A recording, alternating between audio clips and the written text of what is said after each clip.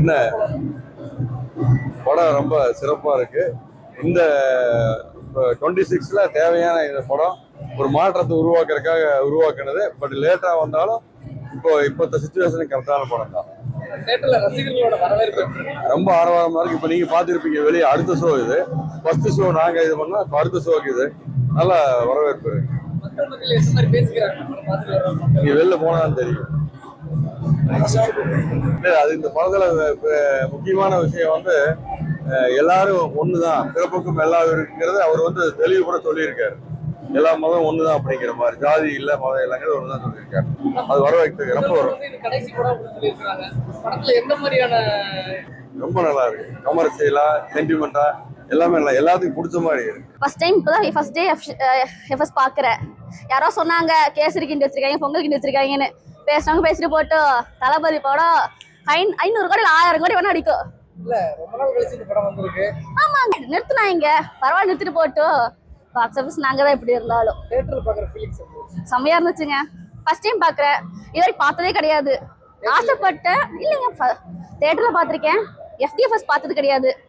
ஆசைப்பட்டேன், ஹஸ்பண்ட் கூப்பிட்டு வந்தாரு. மாஸ் படத்துல கதைகள் பாடல்கள் இதெல்லாம் எப்படி இருக்கு, சண்டை காட்சிகள் எப்படி இருக்கு? மாசா இருந்துச்சு. சொல்ல வேண்டாங்க விஜய் படத்தை பத்தி. அவர் படத்தை ஏதாச்சும் சொல்ல முடியுமா? அவரோட கடைசி படம் வர சொல்லி அதுக்கு வச்சுதான் அனுப்புனாங்க. ஆல்ரெடி அதுதான் வந்திருக்கோம். என் பேர் கீர்த்தனா, சூலூர்ல இருந்து வரேன். படம் சூப்பரா இருந்துச்சு. ஆனா கடைசி படம்ன்றதை ஏத்துக்கவே முடியல. கண்டிப்பா அண்ணா நடிக்கணும்னு தான் சொல்றோம். கண்டிப்பா நடிக்கணும். படம் சூப்பர். கண்டிப்பா எல்லாரும் தியேட்டர்ல வந்து பாருங்க. என்ன எதிர்பார்ப்போட வந்தீங்க? அந்த எதிர்பார்ப்பு நாங்க எதிர்பார்த்ததை விடவே படம் சூப்பரா இருக்கு. கண்டிப்பா எல்லாரும் வந்து தியேட்டர்ல வந்து பார்க்கலாம். படம் சூப்பர். தளபதியோட லாஸ்ட் படம் 1 வருஷம் கழிச்சு இதுக்காக இருந்து வந்திருக்கோம். இன்னும் ஒரே ஒரு சின்ன வருத்தம்னு கேட்டிங்கன்னா 18+ போயிடுச்சு ஏ சர்டிஃபிகேட். பரவாயில்ல, தலைமைக்கு நாங்கள் கட்டுப்பட்டு என்ன நடக்குதோ அது பிரகாரம் இது பண்ணுறோம். படம் ரொம்ப அருமையாக இருக்குது. எல்லோரும் வந்து பாருங்கள். சொல்கிறவங்க சொல்லிட்டு போகட்டும். தளபதிக்காக லாஸ்ட் ஒன் டைம் தளபதிக்காக பார்த்துருக்கோம். இன்னொன்று படம் முன்னாடி எலெக்ஷனுக்கு முன்னாடி ரிலீஸ் ஆயிருந்தா இன்னும் பயங்கரமாக இருந்திருக்கு. இப்போ 108ங்கிறது அடுத்து 234 நம்ம வர்றதுக்கு உண்டானது இருந்திருக்கும். பரவாயில்ல, எல்லாமே இருந்தது தான். எல்லாமே சிறப்பாக சொல்லியிருக்காரு. ஊழல், லஞ்சம் எப்படி எல்லாம் மாற்றி 2 பேரும் மாற்றி எப்படி இது பண்ணாங்களோ அது எல்லாத்தையும் பயங்கரமாக அடிச்சுக்கோ. அதுக்காக தான் பயந்துக்கிட்டு ஒரு வேளை படத்தை ரிலீஸ் பண்ண விடாமல் பண்ணாங்கன்னு கூட இருக்குது. நிறைய பேர் வந்திருக்காங்க. ரொம்ப சந்தோஷமாக இருக்குது. இருந்தாலும் தளபதிக்காக ஒரு டைம் ஃபுல்லாக last one time miss you. தளபதி ஸ்டைலில் சொல்லணும்னா எலெக்ஷனும் நம்ம தான், கலெக்ஷனும் நம்ம தான். ரொம்ப எப்படி சொல்கிறேன்னு தெரில, மனசெல்லாம் அப்படியே படபடன்னு இருக்குது. ஆனால் நான் கடைசியாக பார்த்துட்டோம். இதுக்கப்புறம் நம்ம அவரை ஸ்க்ரீனில் பார்க்குறோன்னு மாட்டோம்னு சொல்லும்போது கண்ணெல்லாம் கலங்குதுங்க.